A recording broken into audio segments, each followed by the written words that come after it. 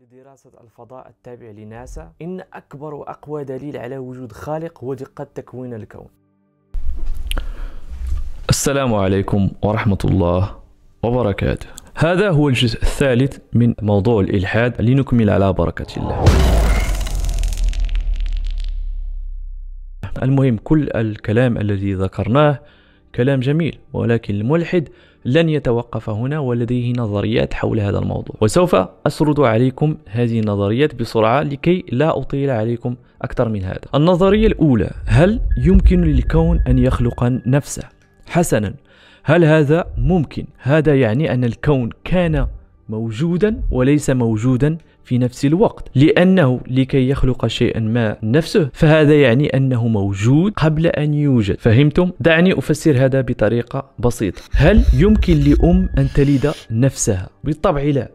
هذه فكرة فوضوية وتم استبعاد هذه النظرية تماما، ولم يعد أغلب الملاحدة يستعملونها كبرهان. بالنسبة لنظرية الكون الأبدي، قبل تطوير نظرية الانفجار العظيم كان العلماء يعتقدون أن الكون كان كما هو اليوم وسيظل دائما كذلك، لكن هذه النظرية أصبحت لا تستعمل من طرف العلماء، وبالأخص بعد اكتشاف أن كوننا يستنزف نفسه. النظرية الثانية وهي نظرية النموذج الدوري للكون، وهو عبارة عن نظرية مفادها أن الكون يشكل نفسه مرارا وتكرارا في دورات. وسوف أعطيكم مثال. دعونا نسمي الكون الحاضر الكون رقم 1. إذا كان الكون 1 نتيجة للكون 2، والكون 2 كان نتيجة للكون 3، والكون 3 كان نتيجة للكون 4، والكون 4 كان نتيجة للكون 5، ونستمر في هذا إلى الأبد. وهذا غير ممكن، لأن هذا الكون في النهاية لا يمكن أن يكون نتيجة كون آخر، لأنه يمكننا أن نتساءل: ما الذي خلق الكون الذي خلق الكون الذي خلق الكون الذي خلق الكون؟ وهذا يسمى التراجع اللانهائي، The Infinite Regress. وسوف أعمل فيديو حول هذا الموضوع لأنه جميل للتوضيح ما هو التراجع اللانهائي إن شاء الله. إذن كما قلت، لن يكون لدينا الكون الحاضر أبدا، ولذلك ينتهي بنا الأمر إلى التفسير المنطقي الأخير، وهو أنه لا يوجد كون أول، والكون تم إنشاؤه بواسطة شيء ما، لأننا نعلم الآن علميا أن الكون بدأ. الآن بالطبع الملحد سيقول: أنت تلمح إلى الإله، أليس كذلك؟ إذن من خلق الإله؟ أولا هذا السؤال سخيف، لأن هذا التساؤل من خلق الإله، فهذا الإله الذي يفكر فيه عقلك أيها الملحد لم يعد إلها، لأنه أصبح مخلوق. وهذا أيضا يسقطنا مرة أخرى في التراجع اللانهائي. المهم، سوف أفسر هذه النقطة الأخيرة بمثال أخير، وهو مثال أحبه وسمعته من الأكاديمي والفيلسوف حمزة سورتسس، ولكن سوف أسرده بشكل مغاير، يعني بطريقتي إن شاء الله. مثلا تخيل معي أنني أريد أن أشعل مثلا ولاعة، ولكن قبل أن أفعل هذا يجب علي أن أطلب الإذن من شخص آخر، وذلك الشخص سيقول: انتظر، يجب علي أن أطلب الإذن من شخص آخر. انتظر، يجب علي أن أطلب الإذن من شخص آخر. انتظر، يجب علي أن أطلب الإذن من شخص آخر، إلى ما لا نهاية. هل تعتقد أنني سوف أشعل هذه الولاعة؟ لا، ولهذا يجب وجوبا قطعيا أن يكون هناك من سيعطي الأمر، وإلا لن تشتعل الولاعة أبدا. وهذا ينطبق على خلق الكون، والذي خلق الكون خارج عن هذا المنطق، وإلا سوف يطبق عليه نفس الشيء. وهذا الخالق هو the uncaused cause، السبب الغير مسبب. فهمتم؟ المهم، يمكننا تلخيص ما قلنا على النحو التالي. أولا، إن القول على أن الدين اخترعه البشر لتلبية أغراضهم أو لجهلهم كيف تعمل الأشياء، هذا ليس بدليل على عدم وجود الإله. والتطور العلمي لا ينفي وجود الإله، لأن العلم والتطور الذي وصلنا إليه حتى الآن لا يجيب على كل الأسئلة المطروحة، ومنها كما ذكرنا مشكلة the hard problem of consciousness، مشكلة الوعي الصعبة. ثانيا، لا شيء يأتي من لا شيء، وأعطينا مثال ضرورات الصانع لوجود الهاتف. ثالثا، القول أنه ليس هناك إله لأننا لا نراه، لذا لا يمكن التحقق من وجوده، ليس بدليل على عدم وجود الإله، كما أظهرنا في مثال الجد الرابع، أليس كذلك؟ رابعا، دقة التصميم الكوني كما أظهرنا the fine tuning. إذا بدأ الكون في الوجود فمن الضروري أنه كان هناك سبب لبدايته، وهذا السبب يجب أن تتوفر فيه الشروط التي ذكرنا في مثال الهاتف، وهي الإرادة، المعرفة، القوة، الحكمة، وهذا السبب هو ما نسميه نحن الإله سبحانه وتعالى.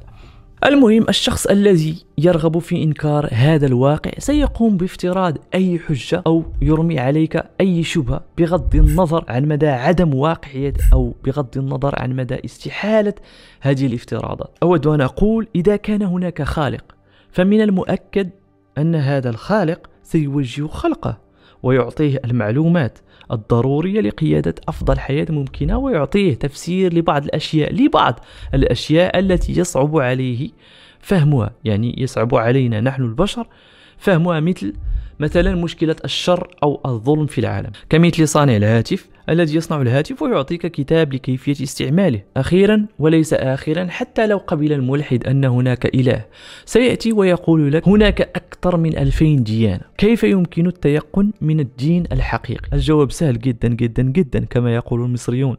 تحية لإخواننا المصريين. قال الله تعالى: أعوذ بالله من الشيطان الرجيم: اليوم أكملت لكم دينكم وأتممت عليكم نعمتي ورضيت لكم الإسلام دينا. سورة المائدة. ويقول الله تعالى ذكره: إن الدين عند الله الإسلام. سورة آل عمران. هذا جوابي، ولكن الملحد لن يرضى بهذا الجواب، وإن شاء الله سنقوم بتسجيل فيديوهات أخرى، ولكن فلتعلم أيها الملحد ليس علي أن أبرر لك أي شيء، أنت من عليك أن تبرر لي أنه ليس هناك أي دليل على وجود الله سبحانه وتعالى. يقول ربي تعالى ذكره لرسوله صلى الله عليه وسلم: فإنما عليك البلاغ وعلينا الحساب. سورة الرعد.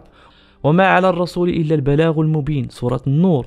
فإن توليتم فإنما على رسولنا البلاغ المبين. سورة التغابن. وإن تكذبوا فقد كذب أمم من قبلكم وما على الرسول إلا البلاغ المبين. سورة العنكبوت.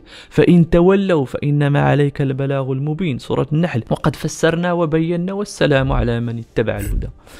المهم، الآن أيها الملحد استمع إلي جيدا.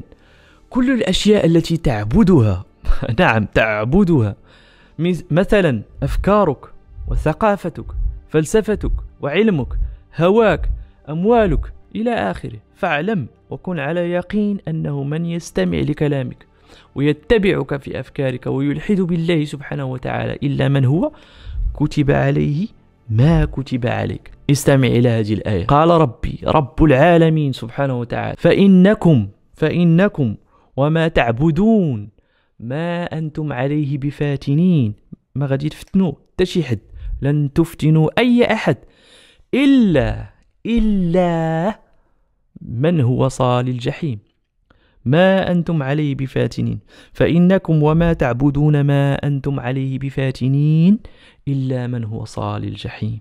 وكما قلت في بداية السلسلة حول الإلحاد، ليست لديهم أي أجوبة قطعية، بل هم يظنون ويحسبون أنهم يفكرون. يقول الله عز وجل في كتابه الحكيم: إن يتبعون إلا الظن وما تهوى الأنفس ولقد جاءهم من ربهم الهدى. سورة النجم. ويقول أيضا سبحانه وتعالى: وما لهم به من علم إن يتبعون إلا الظن وإن الظن لا يغني من الحق شيئا. سورة النجم كذلك. وقال الله تعالى: وجحدوا بها واستيقنتها أنفسهم، عارفين الحق، واستيقنتها أنفسهم ظلما وعلوا فانظر كيف كان عاقبة المفسدين. ونكمل حديثنا بحديث رسول الله صلى الله عليه وسلم، وأحسب أننا كلنا نعرفه، وهو حديث سؤال الملكين عند القبر، والذي أسأل الله تعالى أن يثبتنا وكل مسلم بالقول الثابت في الحياة الدنيا وفي الآخرة، اللهم آمين. وقد جاء في آخر الحديث بعد سؤال الملكين للكافر وإجابته الذي تعرفون إن شاء الله تعالى، أن الملكين يردان على إجابة الكافر ويقولان له: على الشك كنت وعليه مت وعليه تبعث إن شاء الله تعالى. اللهم سلم يا رب. وقال الله تعالى: فإن تولوا فاعلم أنما يريد الله أن يصيبهم ببعض ذنوبهم وإن كثيرا من الناس لفاسقون. ويقول سبحانه أيضا: وما أكثر الناس ولو حرصت بمؤمنين. سورة يوسف. أخي المسلم، سم الإلحاد يهتك بشباب الأمة، ومن لا يتقي هذا السم فهو مصيبه وداخل داره، لا ريب في ذلك. أخي الكريم، اقرأ وتعلم كيف ترد الشبهات على دينك. يقول الله تعالى ذكره: وكل منا قرأ هذه السورة أو حفظها. استمع إلى كلام ربي: أعوذ بالله من الشيطان الرجيم. اقرأ باسم ربك الذي خلق الإنسان من علق. اقرأ وربك الأكرم الذي علم بالقلم علم الإنسان ما لم يعلم. كلا إن الإنسان ليطغى أن رآه استغنى إن إلى ربك الرجعى. أرأيت الذي ينهى عبدا إذا صلى. أرأيت إن كان على الهدى أو أمر بالتقوى. أرأيت إن كذب وتولى لم يعلم بأن الله يرى. كلا لئن لم ينتهي لنسفعا بالناصية ناصية كاذبة خاطعة فليدع نادية سندعو الزبانية. كلا لا تطعه واسجد واقترب. اقتربوا إلى الله سبحانه وتعالى. اقتربوا إلى الله سبحانه وتعالى. سبحانك اللهم وبحمدك، أشهد أن لا إله إلا أنت، أستغفرك وأتوب إليك. والسلام عليكم ورحمة الله وبركاته. نسأل الله عز وجل لنا ولكم الهداية والثبات وحسن الخاتمة. يسأل الله الثبات. اللهم ثبتنا وكل من قال آمين. والسلام عليكم ورحمة الله وبركاته.